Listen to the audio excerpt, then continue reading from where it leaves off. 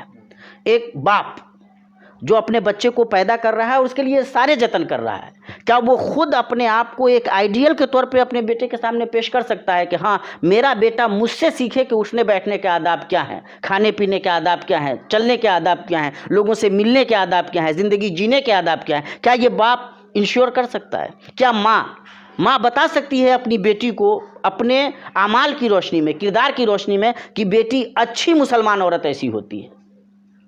یہ جو سوال ہے وہ ہمیں خود سے اپنے آپ سے کرنا چاہیے۔ کیا بڑا بھائی اپنے چھوٹے بھائی کے لیے آئیڈیل ہے؟ اور جب تک آپ یہاں سے نہیں دیکھیں گے، اگر تعلیمی ادارہ آپ کا وہ مطلب تربیت کا ڈھانچہ فراہم نہیں کر پا رہا ہے, والدین نہیں کر پا رہے ہیں, تو سوسائٹی کو یا کسی بھی دوسرے انسان کو آپ اگر الزام دے رہے ہیں تو یہ آپ کی نادانی ہو سکتی ہے. ہم اگر چاہتے ہیں واقعتاً کہ نسل کو بہتر کرنا ہے تو یہ ضروری ہے کہ تعلیمی ادارے سے جو لوگ منسلک ہیں بحیثیت اساتذہ کے, وہ اپنا کردار بدلیں, وہ یاد رکھیں کہ وہ نسل تیار کر رہے ہیں اور وہ ذمہ دار ہیں. اسی لیے میں سمجھتا ہوں کہ معاشرے کو بہتر بنانے کا کام اساتذہ سے زیادہ بہتر طریقے سے کوئی نہیں کر سکتا ہے. اور ساتھ ہی اگر والدین اپنا کردار ادا نہیں کر پا رہے ہیں تو لکھ لیجئے کہ اساتذہ اگر کامیاب بھی ہوں گے تو کامیابی کی شرح فیصد وہ نہیں ہوگی جو ہم توقع رکھتے ہیں.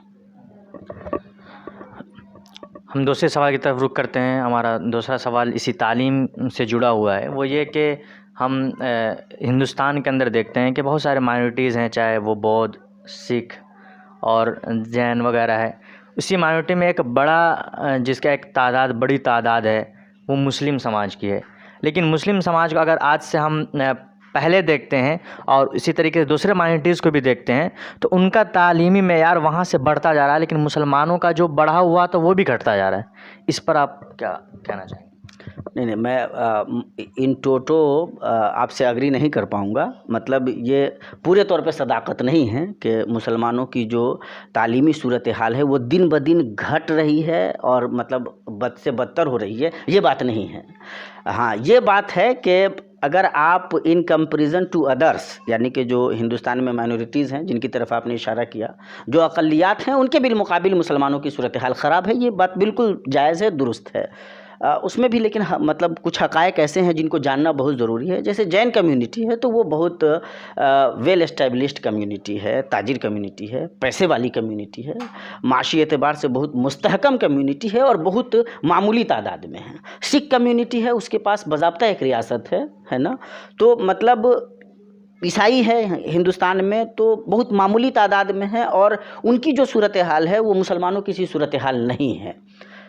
یہ میرے کہنے کا مطلب یہ ہے کہ جب ہم دوسری مائنورٹیز سے مسلمانوں کو جوڑ کر کے دیکھتے ہیں تو ان حقیقتوں کو بھی مطلب ذہن میں رکھنا چاہیے.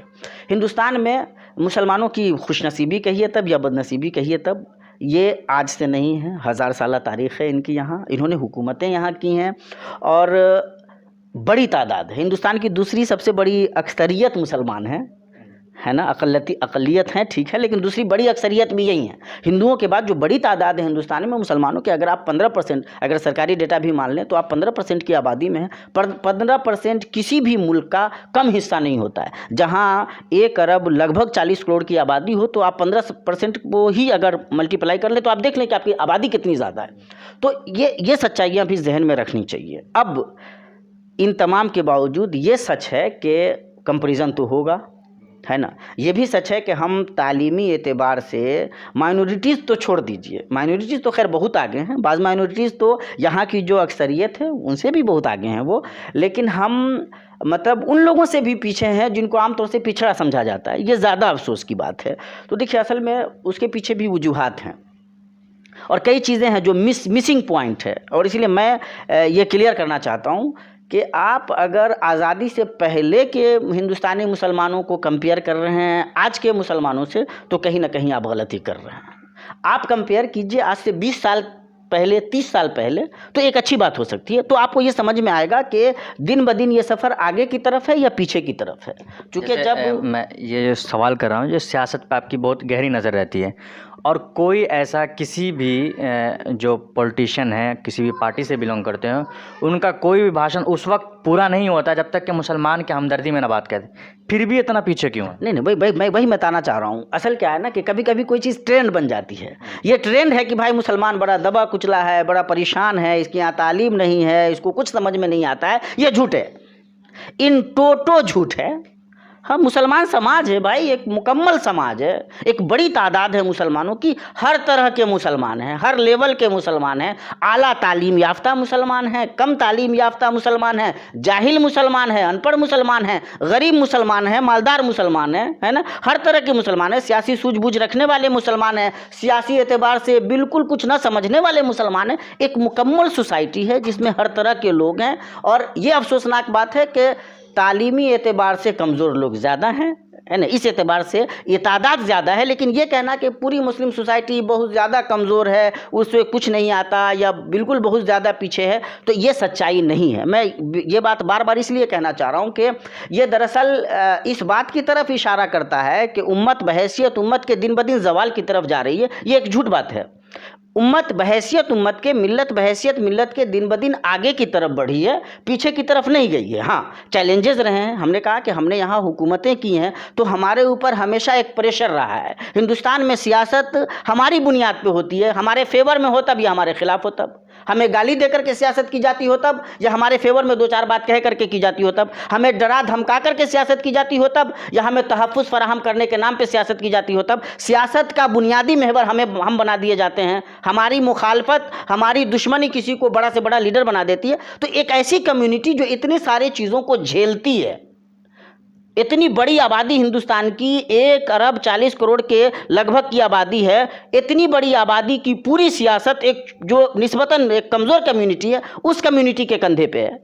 اور اس کے باوجود یہ کمیونٹی الحمدللہ پیچھے کی طرف نہیں ہے. ہاں ان کمپیریزن ٹو ادرس ہمیں زیادہ محنت کرنے کی ضرورت ہے. آپ اگر جائزہ لیں, مثال کے طور پر ہم لوگ ابھی جہاں بیٹھے ہوئے ہیں اس خطے کا آپ جائزہ لے لیجئے. آج سے آپ 20 سال 25 سال پہلے چلے جائیے, 10 سال ہی پہلے چلے جائیے, کسی بھی بستی سے گزر جائیے, 10 سال پہلے کی پوزیشن میں اور 10 سال کے بعد کی پوزیشن میں آپ کو آسمان و زمین کا فرق نظر آئے گا. آپ کو پتہ چلے گا, آپ اپنے سر کی آنکھوں سے دیکھ سکتے ہیں کہ اب مسلمان محلوں کے بچے اسکول, کالجز, یونیورسٹیوں سے منسلک ہو رہے ہیں, اچھی جاب پا رہے ہیں, مالی اعتبار سے مضبوط ہو رہے ہیں, ایک بہتر زندگی جی رہے ہیں. اور الحمدللہ وہ سفر پیچھے کی طرف نہیں ہے, آگے کی طرف ہے. میرے کہنے کا مطلب یہ ہے کہ اس درمیان دوسری کمیونٹیاں اور آگے کی طرف نکلی ہے, یہ بات سچ ہے, لیکن ہم پیچھے کی طرف گئے ہیں, یہ مکمل سچائی نہیں ہے. ہم بھی کہیں نہ کہیں دوڑ میں ہیں, کوشش کر رہے ہیں اور انشاءاللہ آگے بڑھیں. یہ جو سیاسی پارٹی کے جو لیڈران ہیں, اس کا مطلب ہے کہ وہ لوگ گمراہ کرنے کے لیے اس طریقے کی باتیں اسٹیج سے بولتے ہیں؟ میں یہ نہیں کہہ سکتا کہ وہ گمراہ کرتے ہیں, لیکن میں یہ ضرور کہوں گا کہ وہ جس کو ایکس ایگریشن کہتے ہیں, یعنی کہ وہ بڑھا چڑھا کر پیش کرتے ہیں. دیکھیے, اگر آپ کو بار بار یہ کہا جائے کہ آپ دبے ہیں, کچلے ہیں, آپ کو اگر نہیں مطلب ایسے کیا گیا تو یہ ہو جائے گا تو وہ ہو جائے گا, تو یہ ایک نفسیات بن جاتی ہے. اس کو زوال کی نفسیات کہتے ہیں. یعنی احساس کمتری اچھی چیز نہیں, تو احساس برتری اچھی چیز اگر نہیں ہے تو احساس کمتری بھی بہت بری چیز ہے. اور کہیں نہ کہیں اس طرح کی بار بار باتیں کہہ کر کے ہم ایک پوری کمیونٹی کو ایک طریقے سے وکٹم ہوڈ کا جو مطلب کا کی جو سائیکولوجی ہے نا, ایک مطلب اپنے آپ میں مظلوم ہونے کی جو سائیکولوجی ہے اس میں لے جانا چاہتے ہیں. دیکھیے, اس کا یہ قطعاً مطلب نہیں ہے کہ مسلم سماج کو ہندوستان میں چیلنجز کا سامنا نہیں ہے. ابھی آپ دیکھیے, مطلب دھرم سبھا بلائی جاتی ہے اور وہاں باضابطہ ان کو دھمکی دی جاتی ہے, یا بہت سارے پولیٹیشین ہیں بڑی بڑی جگہوں سے کھڑے ہو کر کے الٹی سیدھی باتیں کر دیتے ہیں. یہ سب کچھ ہوتا ہے, لیکن ان تمام کے بیچ اگر آپ دیکھیے تو کیا تعلیمی جو سلسلہ ہے مسلمانوں کا وہ رکا ہے؟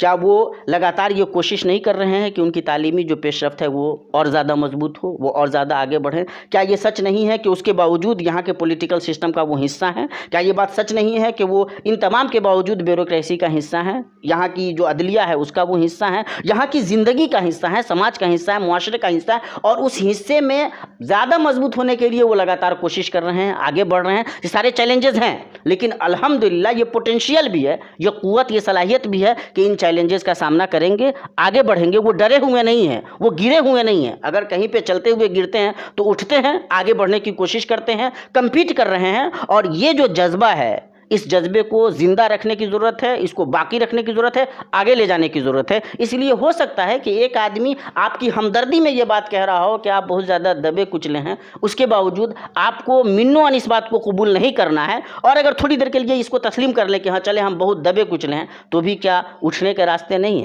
ہیں, اور ہمیں ان راستوں کو پکڑنا ہے. یہ ہم ایک اور سوال کا رخ کرتے ہیں. وہ سوال میرا یہ ہے کہ جیسے کہ آپ جہاں ہیں, جیسے آپ نے اپنا آبائی وطن بتایا, یہاں ایک تعلیمی ادارہ ہے جس سے آپ بھی ان سے گزر چکے ہیں, اور ایک کافی متحرک ادارہ ہے, انہوں نے کئی علمی شخصیات کو جنم دیا ہے. اس ادارے کے لیے اور آپ نے اس گاؤں کے لیے جو تعلیمی میدان میں کیا کرنا چاہ رہے ہیں اور کیا کر رہے ہیں؟ بہت اچھا سوال ہے. اصل دیکھیے, میرا ذاتی طور پہ ماننا یہ ہے کہ اگر کوئی ادارہ اچھا چل رہا ہو تو اسے اچھا چلنے دیا جانا چاہیے. عام طور پہ جب کسی آدمی کے اندر ایک جذبہ پیدا ہوتا ہے کہ وہ کوئی خدمت انجام دے, تو وہ یہ ضروری سمجھتا ہے کہ جو ادارہ چل رہا ہے اس میں جا کر کے وہ اپنی خدمات انجام دے. میں اسے نادانی سمجھتا ہوں. میں جب آتا ہوں مدرسے سے منسلک ہوں, وہاں سے تعلیم حاصل کی ہے, جاتا ہوں, جائزہ لیتا ہوں, بچوں کی تعلیم دیکھتا ہوں, خوشی ہوتی ہے. کمی دیکھتا ہوں ادارے کو کہ جو ذمہ داران ہیں ان کو بتاتا ہوں. جو مدد ہو سکتی ہے ادارے کی, جس سطح پہ کر سکتا ہوں الحمدللہ کرتا ہوں. اور دیکھتا ہوں کہ ادارہ اچھا چل رہا ہے تو میں یہ اپنی ذمہ داری سمجھتا ہوں کہ میں کسی قسم کا انٹرفیئر نہ کروں. آپ اگر اس کو اچھا کرنے کے لیے بھی انٹرفیئر کرنے کے ارادے سے جائیں گے, آپ برا کر دیں گے. بہت ساری چیزیں جو چل رہی ہوتی ہیں نا, اسموتھلی جب چلتی ہیں تو اس کے فوائد ملتے ہیں, لیکن اگر آپ نے جا کر کے چھیڑ چھاڑ کی تو بجائے اس کے کہ کوئی فائدہ ہو, نقصان ہوگا. اس لیے میں اس پورے خطے میں اس قسم کے کسی دینی تعلیمی ادارے کی ضرورت محسوس نہیں کرتا. میرا جو اپنا جائزہ ہے کہ لگ بھگ ہر 5 کلومیٹر کی دوری پہ ایک ایسا تعلیمی ادارہ موجود ہے جو آپ کے دینی تعلیم کی جو ضرورت ہے اس کو پوری کر سکتا ہے. جب وہ آلریڈی موجود ہے تو اس طرف زیادہ سر کھپانے کی ضرورت نہیں ہے. ان کو بہتر کرنے کی ضرورت ہے. آپ اچھے مشورے دے سکتے ہیں, وہاں بھی جا کر کے سر پھٹول کرنے کی ضرورت نہیں ہے. جیسے آپ نے کئی ادارے ہیں ہندوستان کے اندر جن سے آپ ان سے رابطہ ہے آپ کا, ان کے ذمہ داران سے آپ کا رابطہ ہے, تو وہاں جو دیکھتے ہیں ادارہ کو اور اس ادارے کو دیکھتے ہیں تو ظاہر سی بات ہے کہ اس میں کچھ بہتری لانے کی ضرورت ہوگی. اس پہ میں ہاں نہیں, بہتری لانے کی جہاں تک بات ہے, میں نے آپ کو بتایا, دیکھیے ایک بہتری تو ہوتا ہے کہ آپ عمارتی شکل میں اس کو اور زیادہ بہتر بنانے کے بارے میں سوچ رہے ہیں, اور ایک بہتری یہ ہے جس کا تعلق تعلیم سے ہے. ہم یہ سمجھتے ہیں کہ الحمدللہ ہمارے یہاں کا جو تعلیمی معیار ہے مدرسۃ العلوم الاسلامیہ مرول کا, جو ہمارا ادارہ ہے جس سے ہم سب منسلک ہیں, بہت بہترین ہے, بے انتہا اچھا ہے. اور جہاں جہاں ضرورت ہے اچھا کرنے کی وہ ہم باہمی مشوروں سے الحمدللہ کرتے ہیں. جو ذمہ داران ہیں ان کو بتاتے ہیں. ہم نے بتایا کہ ہم جا کر کے باضابطہ ادارے کا جائزہ لیتے ہیں, بچوں سے ملتے ہیں, کلاسز اٹینڈ کرتے ہیں. کلاسز جب خالی رہتی ہے, کوئی استاذ اگر گھر گیا ہوا ہے یا کوئی اور ایسی عارضی صورتحال ہے جس کی وجہ سے کوئی کلاس خالی ہے, تو ہم جب جاتے ہیں تو ہم بچوں کو اٹینڈ کرتے ہیں, باضابطہ انٹرٹین کرتے ہیں, جاننا چاہتے ہیں کہ بچوں کی کوالٹی کیا ہے اور کہاں خامی ہے کہاں خوبی ہے. اسسمنٹ ہمارا ہوتا ہے, اس کے بعد ہم ان کو بتاتے ہیں باضابطہ, جو ذمہ داران ہیں ان سے ڈسکس کرتے ہیں کہ کیا بہتر شکل ہو سکتی ہے. ہاں, اس پورے خطے کو ضرورت ہے کہ کوئی اچھا لڑکیوں کا اسکول ہو, لڑکیوں کا دینی تعلیمی ادارہ ہو, اس کی بھی ضرورت ہے, اور کوئی اچھا اسکول ہو اس کی بھی ضرورت ہے. اس کے لیے ہم لوگ کوشش کر رہے ہیں اور اللہ تبارک تعالیٰ سے دعا کرتے ہیں کہ انشاءاللہ اس میں کامیابی ملے گی. ہم نے جو اپنے طور پہ جائزہ لیا تو یہ محسوس ہوا کہ اس پورے خطے میں اگر اس طرح کا کوئی اچھا 10th یا 12th تک کے اسٹینڈرڈ کا کوئی اچھا اسکول یا اچھا مدرسہ قائم ہو جاتا ہے جو بچیوں کے لیے ہو خاص طور سے, تو ایک بڑی پیش رفت انشاءاللہ ہوگی. اس کی ہم ضرورت بھی محسوس کر رہے ہیں اور اس کے لیے انشاءاللہ ہم لوگ کوشش بھی کر رہے ہیں. بہت بہت شکریہ. ہم نے شیخ کے ساتھ کئی تعلیمی, سیاسی اور سماجی پہلو پر ہم نے باتیں کی ہیں. انشاءاللہ پھر آئندہ جب ہم آپ سے روبرو ہوں گے تو کسی اور علمی شخصیت کے ساتھ روبرو ہوں گے. جب تک آپ دیکھتے رہیے دعواج ٹائمز. میں کامران سیف, کیمرہ مین مبین ایان کے ساتھ.